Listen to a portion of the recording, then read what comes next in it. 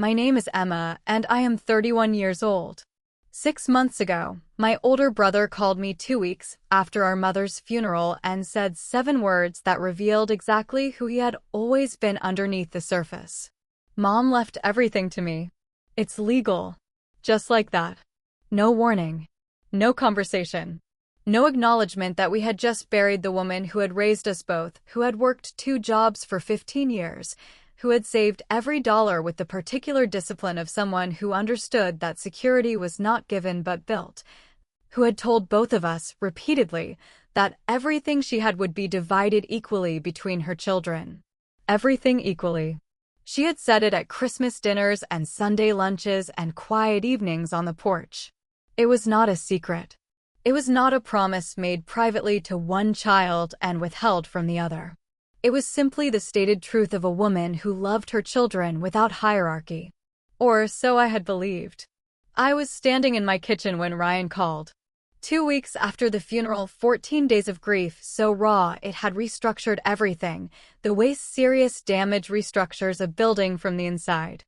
I had been making tea. The ordinary ritual of it. Kettle, mug, the mechanical comfort of routine when nothing else makes sense. Ryan. I had answered immediately because he was my brother, and we were grieving, and I genuinely thought, that he was calling to check on me. Mom left everything to me. It's legal. The kettle boiled. I didn't pour it. What? I said. The will, he said. His voice was careful. Prepared.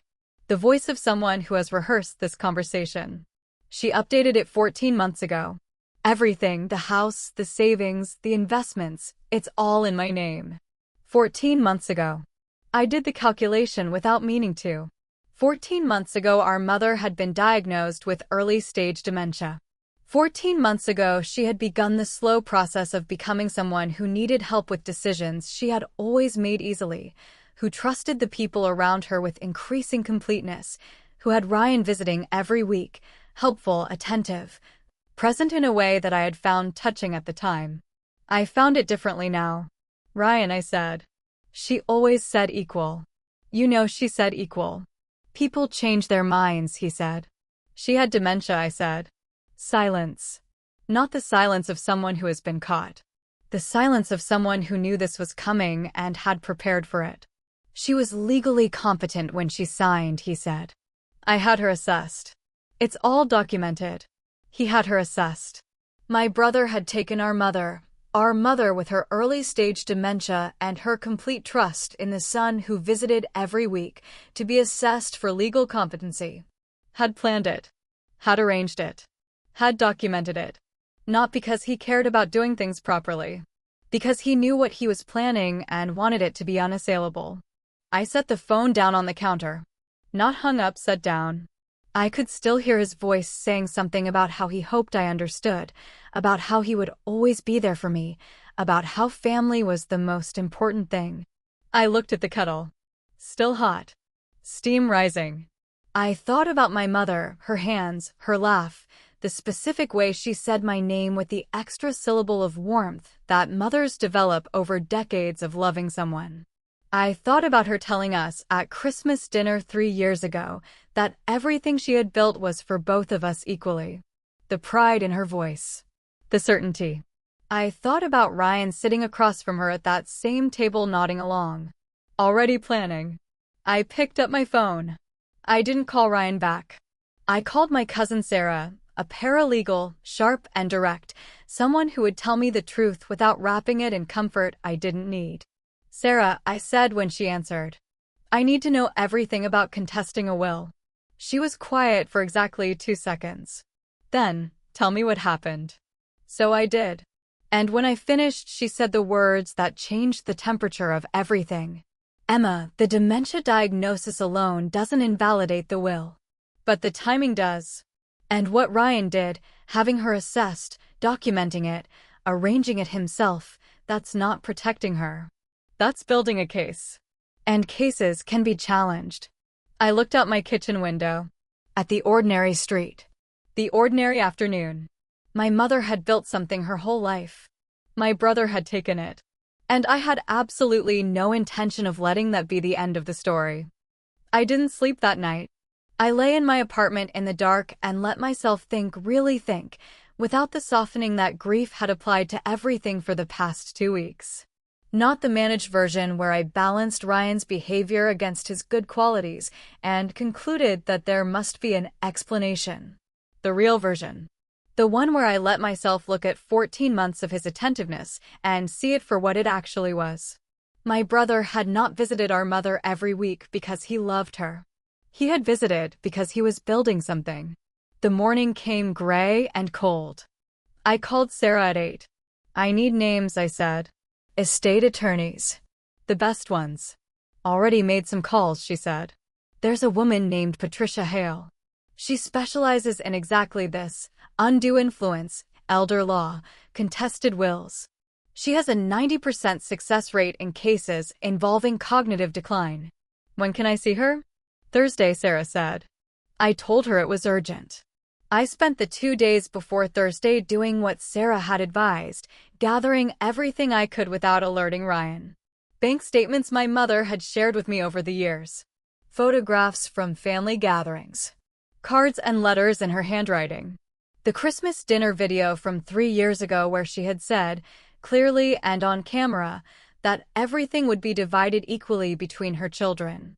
I found that video on my phone at 11 p.m. on a Tuesday. Sat on my bedroom floor and watched it 3 times. My mother's face. Her hands wrapped around a mug of tea. Her voice, still clear, still completely herself, 2 years before the diagnosis, saying, "Everything I have is for both of you. Equal." That's always been the plan, and it always will be.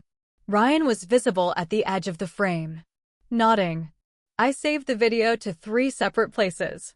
Patricia Hale's office was quiet and precise, the office of someone who took difficult things seriously without being dramatic about it.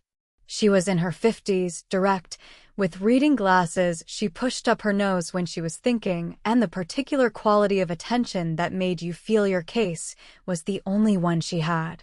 She listened without interrupting.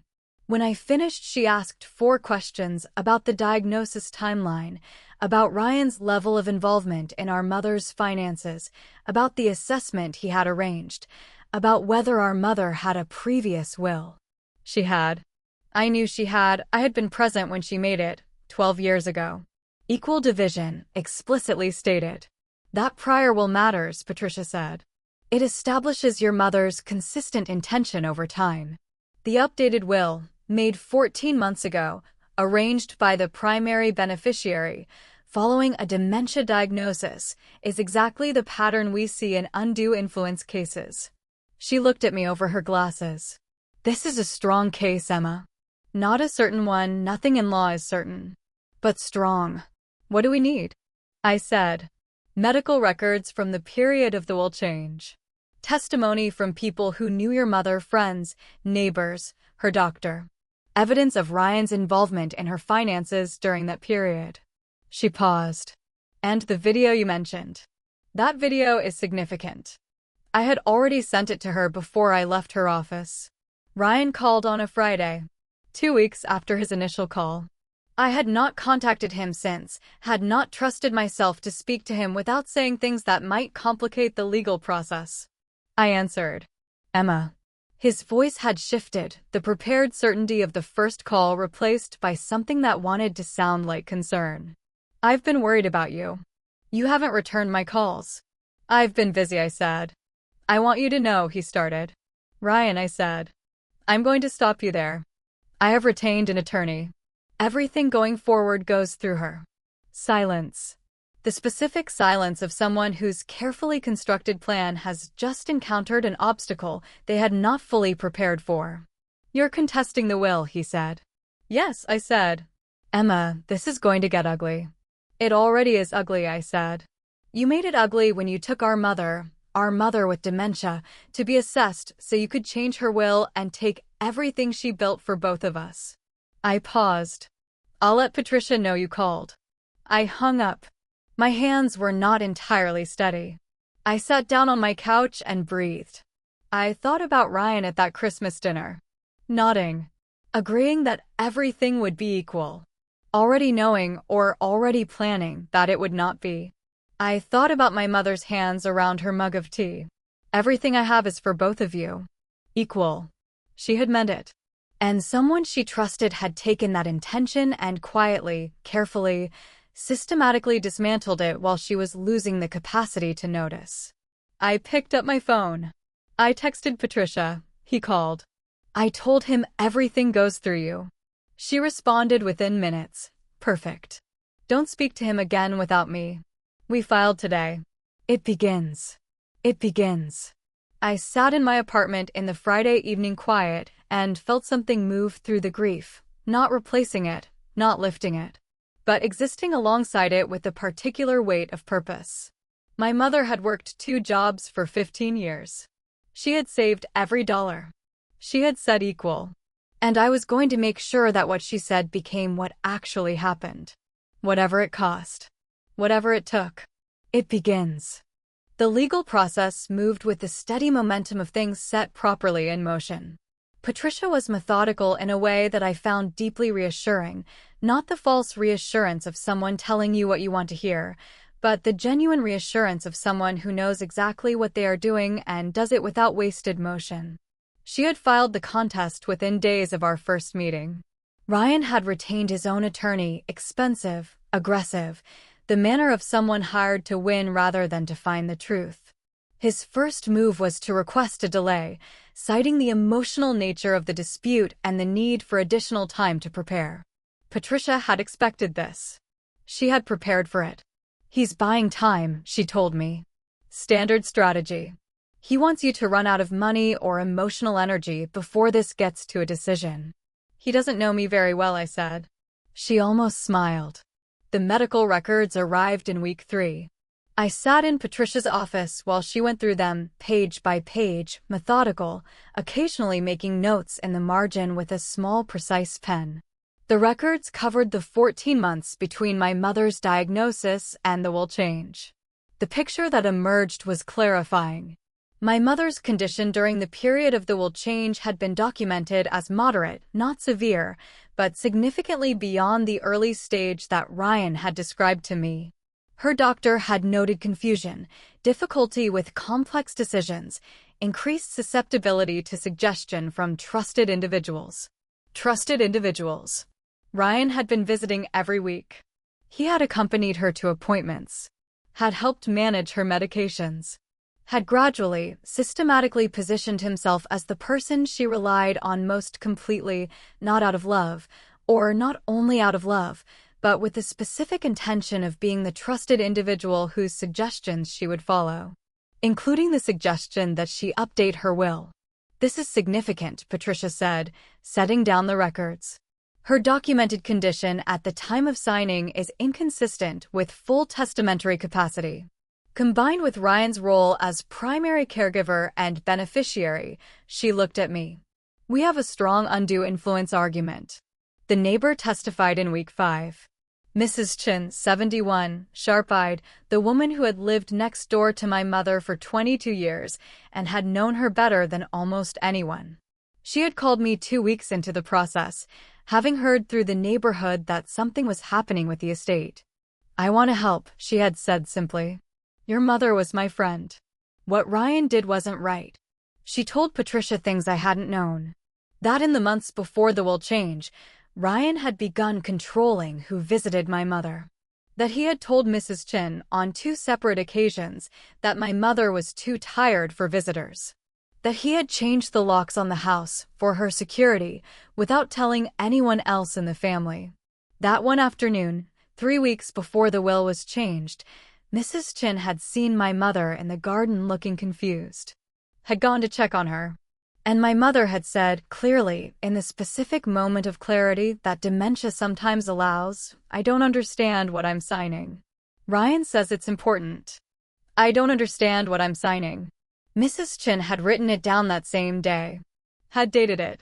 Had kept the note in her kitchen drawer for 14 months not knowing why, just knowing that it felt important. That note became one of the most significant pieces of evidence in our case. Ryan's attorney tried to discredit her age, her memory, the informality of the note. Patricia had been prepared for this too.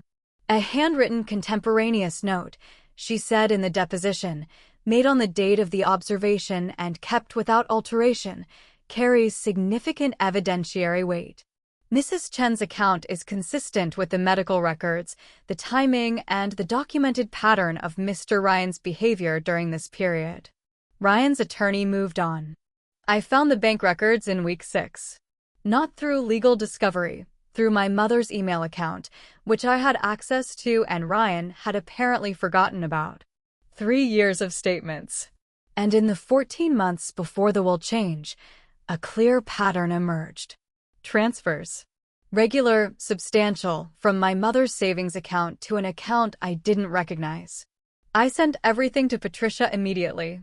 She called me within the hour. Emma, she said, this changes the scope significantly. We're no longer looking only at undue influence regarding the will. We're looking at potential financial exploitation during her lifetime. How much? I said. In the 14 months before her death, Patricia said carefully, approximately $62,000 was transferred out of your mother's accounts. I sat very still. $62,000. My mother. 2 jobs for 15 years. Every dollar saved with the discipline of someone who understood that security was built not given. $62,000. Ryan, I said. The account the transfers went to is registered to a limited liability company, Patricia said. We're working on tracing it. But the pattern is consistent and the timing is significant. I looked out my window at the ordinary street below. My mother had trusted him completely. And he had taken everything not just after her death, but before it. While she was alive and confused and increasingly unable to track what was happening to the money she had spent her life building. Patricia, I said. What do we do? We expand the claim, she said. Financial exploitation of a vulnerable adult. That changes the legal landscape entirely. A pause. And Emma, I want you to be prepared. When we present this, Ryan is going to know the full extent of what we have. He will either fight harder or he will look for a way out. Let him fight, I said. I meant it. Ryan called me directly in week 8. Not his attorney. Him. Which told me everything his attorney had advised against it, and he had done it anyway, which meant he was frightened, which meant we were closer than he wanted us to be. I answered. I put it on speaker. I recorded it. Emma. His voice was different from any version I had heard before. The prepared certainty completely gone. Something underneath that was rawer, not guilt exactly, but the specific anxiety of someone whose carefully constructed plan is coming apart faster than they can manage. Ryan, I said. I want to talk, he said. Without the attorneys. Just us. Everything goes through Patricia, I said. You know that. I know what you found, he said. The transfers. I said nothing. It's not what it looks like, he said. Tell me what it looks like, I said. A pause. I was managing her finances, he said. She asked me to. She was confused and she needed help and I. You transferred $62,000 to a company registered in your name, I said. Over 14 months. While she had dementia. While she trusted you completely. Silence. Emma. Did she ask you to do that? I said. Did she sit down with you and say, Ryan, please take $62,000 of my savings? More silence. I'll take that as a no, I said. I was going to pay it back, he said. And something in his voice, something almost young, almost the brother I had grown up with, made it briefly, painfully real. Not a performance.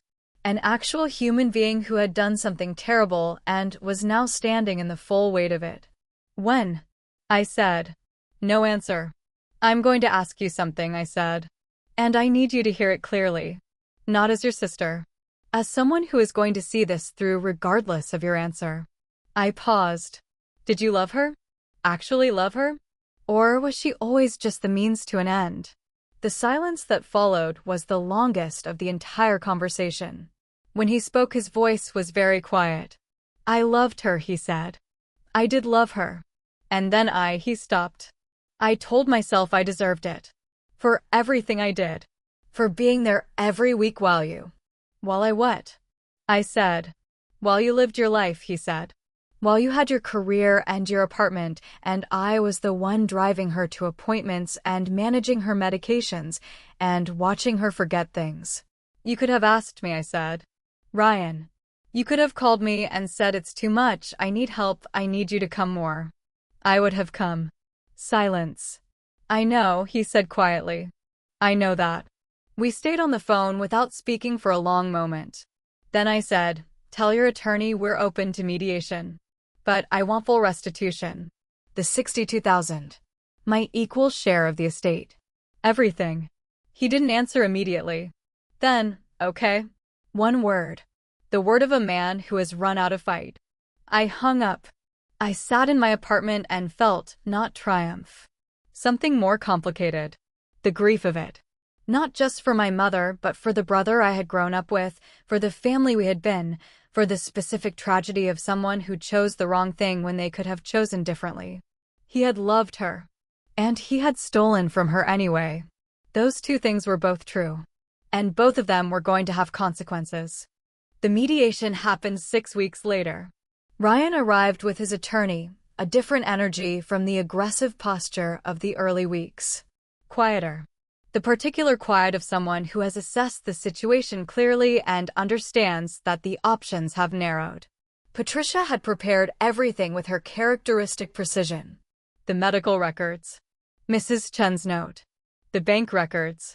The Christmas video, my mother's voice, clear and certain. Everything I have is for both of you. Equal. Ryan's attorney had seen all of it in discovery. He had clearly advised his client accordingly. The mediation took 4 hours. I will not pretend it was easy. Sitting across from my brother, across from someone I had known my entire life, someone I had shared a childhood with, someone I had loved in the uncomplicated way of siblings before everything became complicated, and negotiating the terms of what he had taken. It was the hardest 4 hours of my life after the funeral itself. But I did not waver. Not when Ryan looked at the table instead of at me. Not when his attorney pushed back on the $62,000. Not when there was a moment, brief, charged, when Ryan looked up and our eyes met, and I saw in his face something that was not strategy or preparation, but simply grief. His too. For what he had done. For what it had cost. I held his gaze. I did not soften.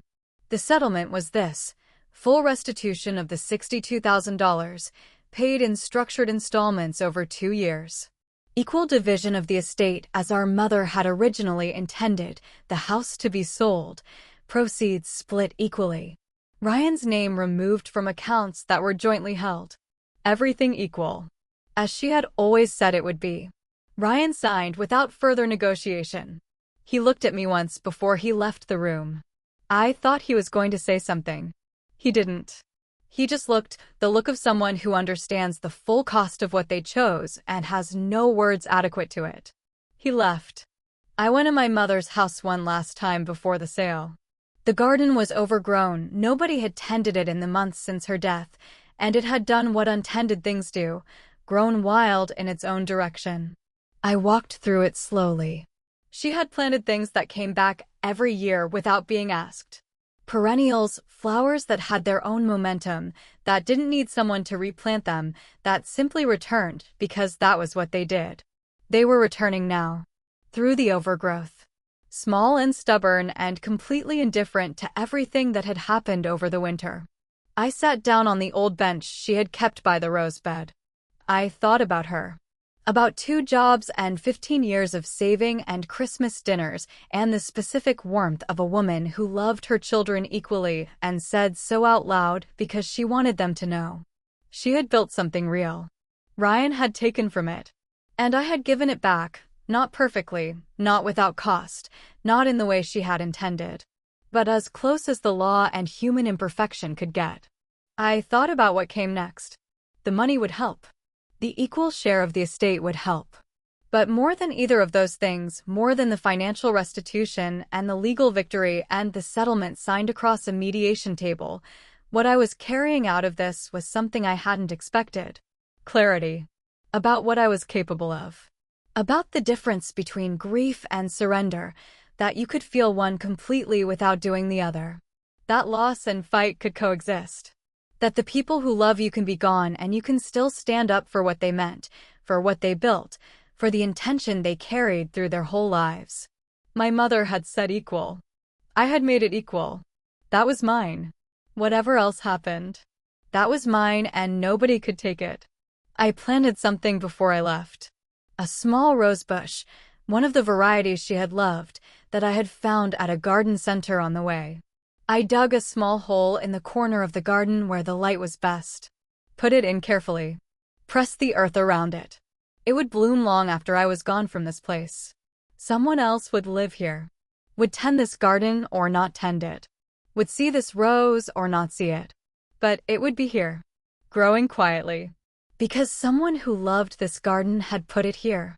I stood up. Brushed the earth from my hands. Walked out through the gate. And drove toward whatever came next. I want to say something to you now. If you are watching this and someone has taken something from you, something that was built for you, something that was promised, something that belonged to you, I want you to hear this clearly. You are allowed to fight. Grief and fight are not opposites. You can miss someone with your whole heart and still stand up for what they built. You can love your family and still hold them accountable. You can be broken open by loss and still be standing. Find your Patricia. Find your Sarah. Find Mrs. Chin, who kept a note in her kitchen drawer for 14 months because something told her it was important. Build your case. Tell the truth. And do not stop until what was yours is returned to you. My mother worked 2 jobs for 15 years. She said equal. She meant it. And so did I. If this story moved you, please like, subscribe, and hit the notification bell. Have you ever had to fight a family member for what was rightfully yours? Share your story in the comments. I read every single one. Tell me where you are watching from. I love knowing how far these stories reach. Until next time, stand up. Fight back. You deserve what is yours.